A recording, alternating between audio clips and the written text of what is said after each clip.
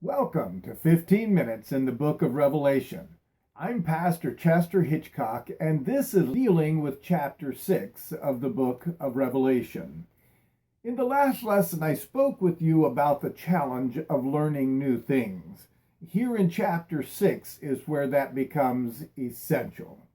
Regardless of whether you agree or disagree with what I share from this point forward, Chapter 6 is where scholars begin to differ widely about the meaning of the symbols and their interpretations.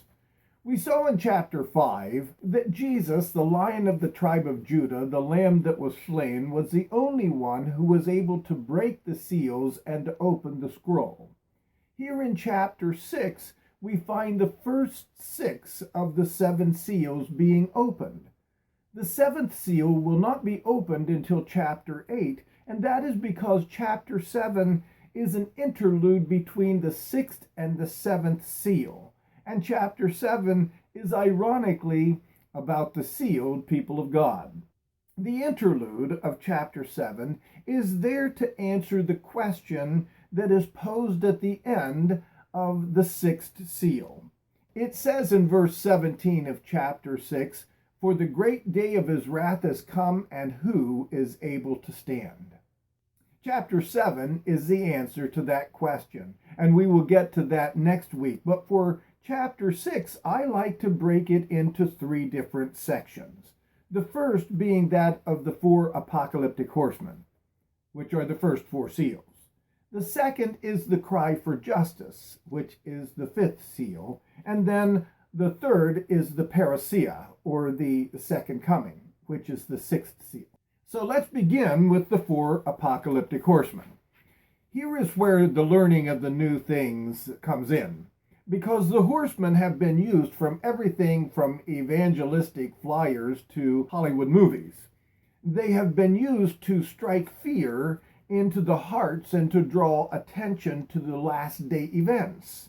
There is no way that we can fully explain each of these seals, even if we were to take 15 minutes for each one of them, let alone to cover the entire chapter in only 15 minutes. In fact, scholars disagree so much with these horsemen that it wouldn't even be able to cover all of the different views that are held in the brief amount of time that we have. So let me just touch on a few things that I think can help us keep our focus on Christ. First, let's deal with the word apocalypse.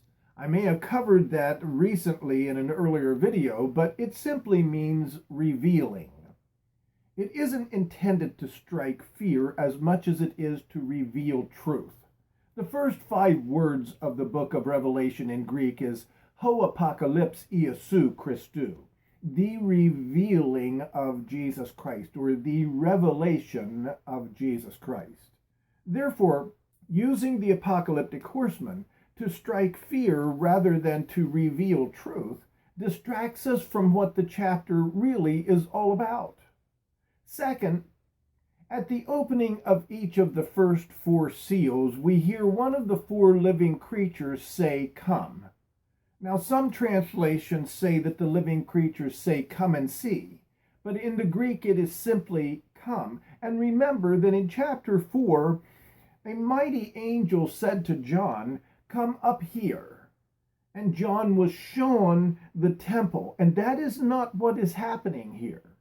In this case, something is not being seen or shown, but rather something is being called forth to come, or to come forth, to come forward.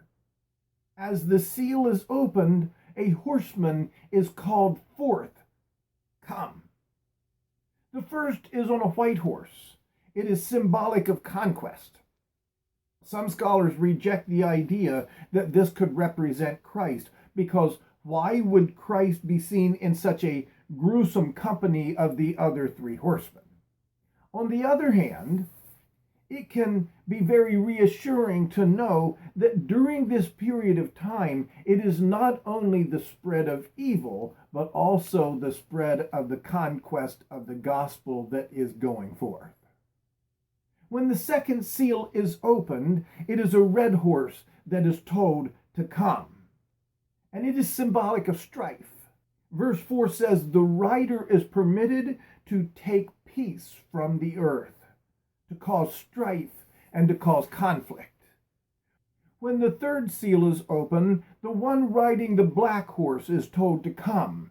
It is symbolic of scarcity, not specifically famine, but rather economic hardship and inequality. And when the fourth seal is opened, it is a pale horse. This seal is symbolic of death.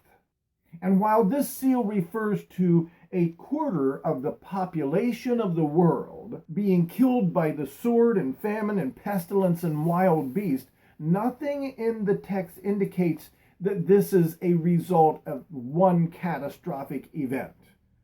However, though everyone eventually dies at some point, this seal is probably referring to a sizable percentage of those deaths being unnecessary, caused by war and famine and other such evils. Here might be a good place to share a quotation from one of my favorite books on the book of Revelation, and it is titled The Message of Revelation by Michael Wilcock. This book is very interesting. It's easy to read. It's not very long. Listen to what it says on page 75.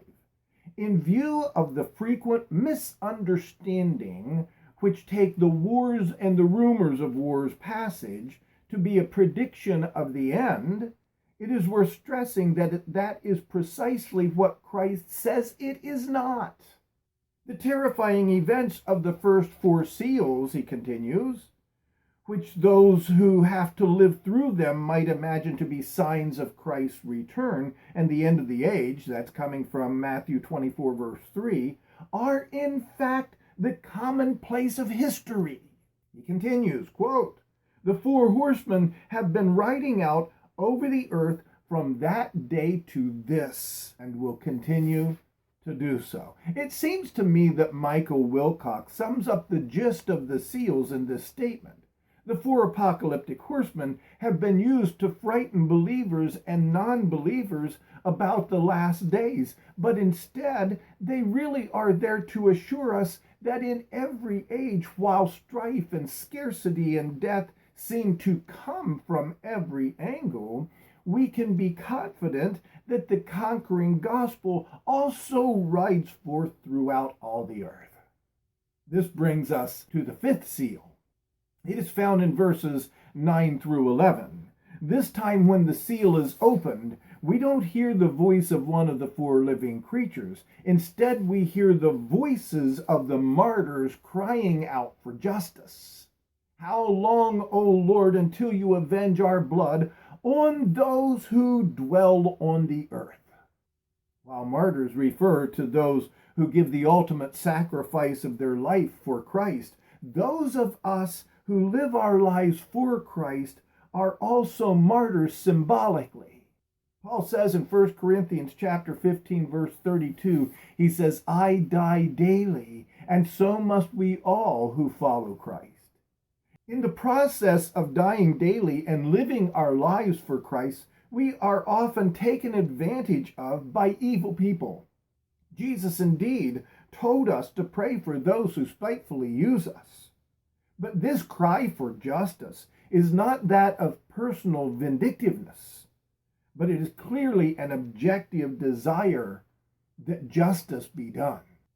Finally, chapter 6 ends with the opening of the sixth seal, and this passage begins in verse 12 and goes through to verse 17.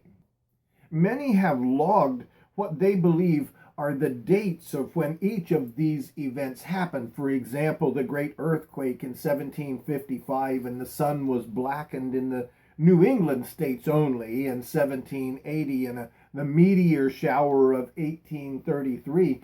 But it seems to me that those who look to these dates trying to determine the nearness of Christ's return are missing the real point of this passage. The opening of the sixth seal is seen by most scholars as that which happened simultaneously to the second coming of Jesus. All creation responds. The earth quakes, the sun turns black, The moon turns as red as blood. The stars fall from the sky, while the sky rolls back like a scroll. It's no wonder that the wicked cry for the rocks to hide them. But notice in verse 16 that the wicked cry for the rocks to hide them. Notice what they are asking that the rocks hide them from. Verse 16 says, "And they said to the mountains and rocks, fall on us and hide us from the face of him who sits on the throne." Notice, and from the wrath of the Lamb. Have you ever seen an angry lamb? I haven't. This must be the most paradoxical statement in all of Scripture. It makes sense that the wicked want to be hidden from the face of the one who sits on the throne, but from the wrath of the Lamb? It seems to me to be a reminder that they have missed out on the gentleness of salvation. They have missed out on the gentleness of the peaceful Lamb, and it pierces their heart.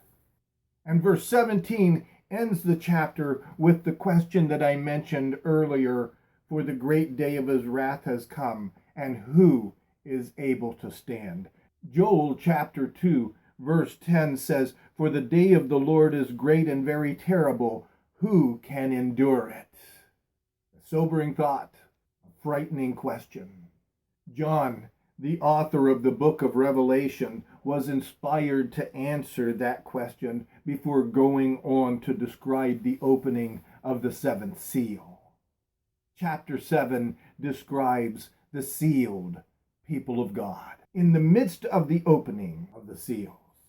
You won't want to miss the next lesson when I explain that. And if this video has been helpful to you, give me a thumbs up, write a comment in the comment section, and if you have not subscribed yet to my channel, click on that subscribe button, ring the bell, and choose all so that you can be sure to get a notification when the next video is produced. God bless, and I'll see you in the next video.